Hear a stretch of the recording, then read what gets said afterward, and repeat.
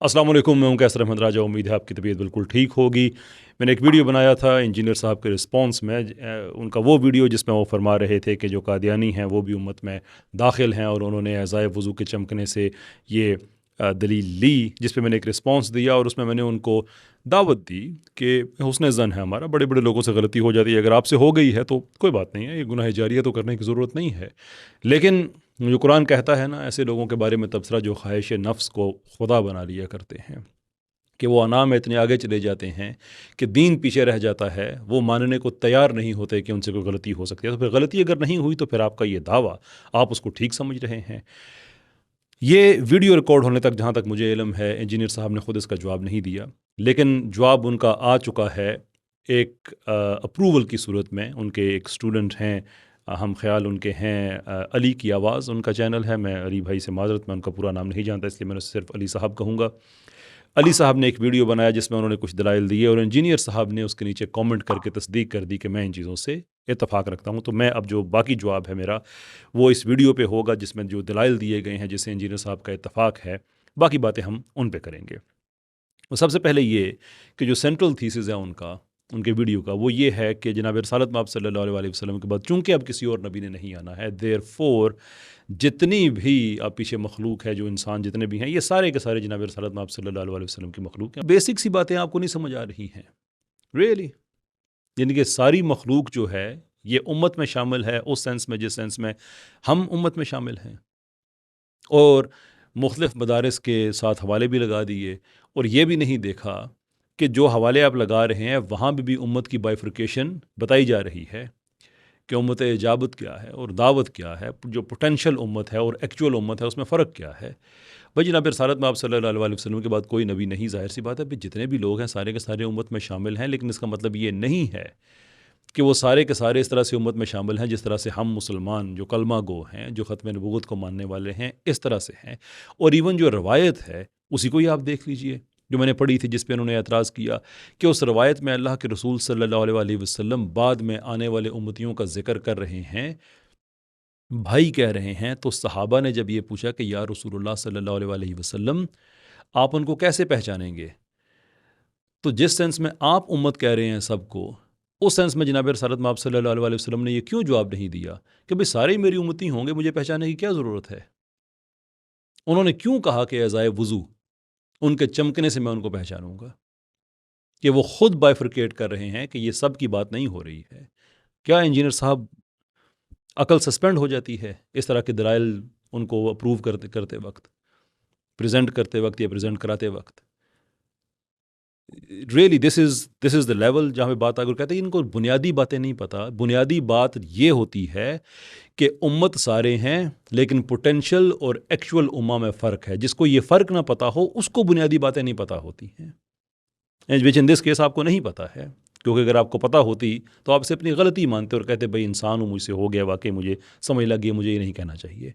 अगली बात मुझे ये बताइए कि मुसैलमा कज़्ज़ाब ने नबूवत का दावा किया, अल्लाह के रसूल सल्लल्लाहु अलैहि वसल्लम के सहाबा ने हज़रत अबू बकर रज़ियल्लाहु तआला अन्हु की क़यादत में जंग की, क़िताल किया। वो नहीं कह सकते थे कि ये भी उम्मत में शामिल हैं, क्योंकि सारे जो हैं क़यामत के दिन मुसैलमा कज़्ज़ाब के भी हाथ पाँव चमक रहे होंगे, इसके अज़ाए वज़ू चमक रहे होंगे, तो भाई हमें क्या ज़रूरत पड़ी है जंग करने से?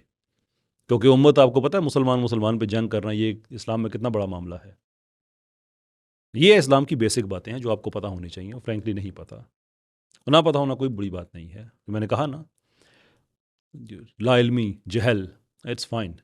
उस पर कॉन्फिडेंस का होना और तसलसल के साथ होना, माशरा यहाँ से ख़राब होता है। खैर, ये आपकी एक दलील होगी। दूसरी दलील इसमें कि जी हदीस आधी पढ़ी गई थी, उसके नीचे ये भी तो लिखा था कि बाद में बताया जाएगा कि आपके जाने के बाद इन लोगों ने दीन में तब्दीली की थी। तो मैं कहूँगा दूर रहो, दूर रहो।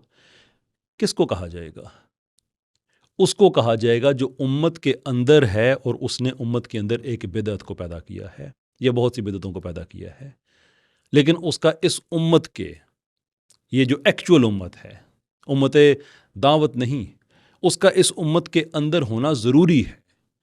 अगर आपकी दलील जो आखिरी जो लाइन है उससे आप ये ले रहे हैं कि ये इनको कहा जाएगा दूर रहो, दूर रहो, तो फिर आप माने ना कि आप कादियानियों को उम्मत दावत नहीं मानते, बल्कि उम्मत इजाबत का हिस्सा जो एक्चुअल उम्मत है उसमें मानते हैं।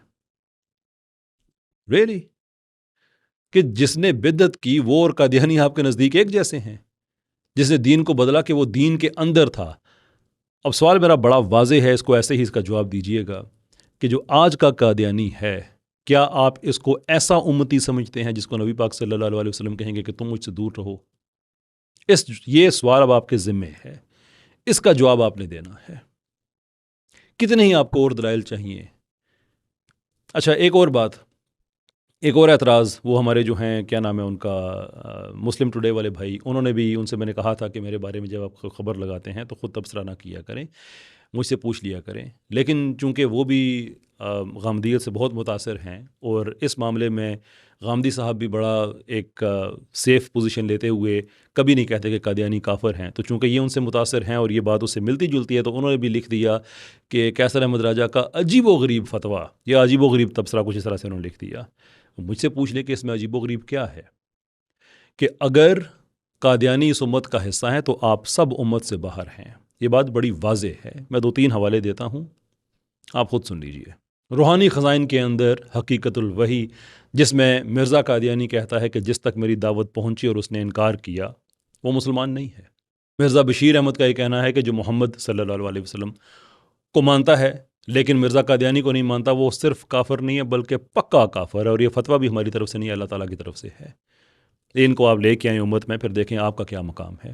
آگے چلتے ہیں۔ ایک اور جگہ پہ بشیر احمد لکھتا ہے کہ جو مرزا قادیانی کو صادق نہیں جانتا اور اس کے دعویٰ پہ ایمان نہیں لاتا، کافر ہے، دائرہ اسلام سے خارج ہے۔ کیوں آپ کو یہ بات سمجھ نہیں آتی کہ وہ لوگ کہتے ہیں کہ وہی اس وقت امت کا حصہ ہیں، باقی جتنے بھی ہیں جنہوں نے مرزا قادیانی پہ جو ایمان نہیں لائے وہ سارے کے سارے کفار ہیں، دائرہ اسلام سے خارج ہیں۔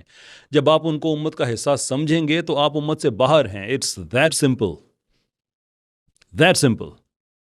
پتہ نہیں اس میں کیا مشکل ہے؟ اس کے یہ جاننے کے باوجود کہ جو آدمی اس مرزا قادیانی کی نبوت کے دعوے پہ ایمان نہیں لے کے آتا وہ امت کا حصہ نہیں ہے، یہ دعویٰ ہے قادیانیوں کا، اس کے باوجود آپ لوگ کہہ رہے ہیں نہیں وہ امت میں ہیں۔ ازائے وضو ان کے چمکیں گے یا آپ کے چمکیں گے؟ دونوں نہیں ہو سکتے، دونوں نہیں ہو سکتے، بڑی پکی بات ہے۔ آپ خود فیصلہ کر لیں کہ آپ ان کے چمکائیں گے، یہ بات بھی بڑی پکی ہے کہ اگر آپ ان کے چمکائیں گے تو اللہ تعالیٰ حشر کے دن معاملہ پھر کیمپس کی بیس پہ کرے گا، جو جس کے کیمپ میں اس دنیا میں ہے حشر کے دن وہیں پہ ہوگا۔ یہ ختم نبوت کا معاملہ کوئی آسان نہیں ہے۔ جناب رسالت مآب صلی اللہ علیہ وسلم کے بارے میں کوئی بھی بات کہہ دینا، اٹھ کے جو منہ میں آئے کہہ دینا، اٹس ناٹ اوکے۔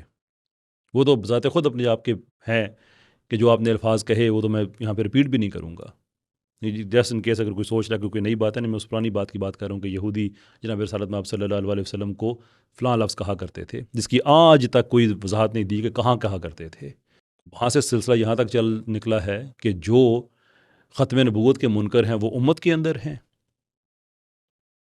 آخر میں آپ سے میں ایک بات پوچھنا چاہوں گا ضمنی طور پہ کہ آپ ڈاکٹر فرحت ہاشمی صاحبہ کے حوالے سے اپنے اسٹوڈنٹس کو منع کرتے ہیں کہ ان کو نہ سنا کریں، اس لیے کہ ان کی آواز میں وہ کرختگی نہیں ہے جو کہ قرآنک ریکوائرمنٹ ہے۔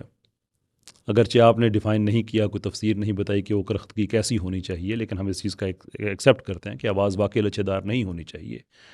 لیکن کیا وجہ ہے کہ آپ کے اسٹوڈنٹس پہ تو پابندی ہے کہ وہ ڈاکٹر فرحت ہاشمی صاحبہ جیسی خاتون جو کتنی ہی پاکستانی بچیوں کے لیے، ایون ہم بچوں کے لیے ایک ماں کا کردار انہوں نے کیا، بڑی بہن کا، بڑی بہن ویسے بھی ماں ہوتی ہے، کہ ان کی آواز تو ہم نہیں سن سکتے۔ اس لیے میں تو ڈاکٹر فرحت ہاشمی ایک بہت بڑی آج کے دور کی اسکالر ہیں اور قرآن کے حوالے سے ان کی بہت بڑی خدمت ہے، تو میں تو اسٹوڈنٹس کو کبھی یہ ریکمینڈ نہیں کرتا، میل اسٹوڈنٹس کو، کہ وہ ان کے طرز سنیں، کیونکہ ان کے جو بولنے کا انداز ہے نا، اس طرح کے انداز کے ساتھ آپ مرد کے ساتھ گفتگو نہیں کر سکتے، یعنی جسے ایک تھوڑا لچھے دار انداز، یہ میں ان کے لیے نہیں استعمال کر رہا، میں ذرا آسان اردو میں سمجھانا چاہ رہا ہوں۔ ٹھیک ہے، لیکن عظمیٰ رومی صاحبہ کی آواز آپ سن سکتے ہیں، یقیناً ویڈیو دیکھتے بھی ہوں گے، لیکن چلے اس پہ مارجن دیا جا سکتا ہے کہ شاید آپ نہ دیکھتے ہوں، لیکن آواز تو سنتے ہیں۔ اپنے اسٹوڈنٹس کو بتائیے گا یہ کیسے جائز ہے آپ کے لیے۔ بہت شکریہ آپ کا، السلام علیکم۔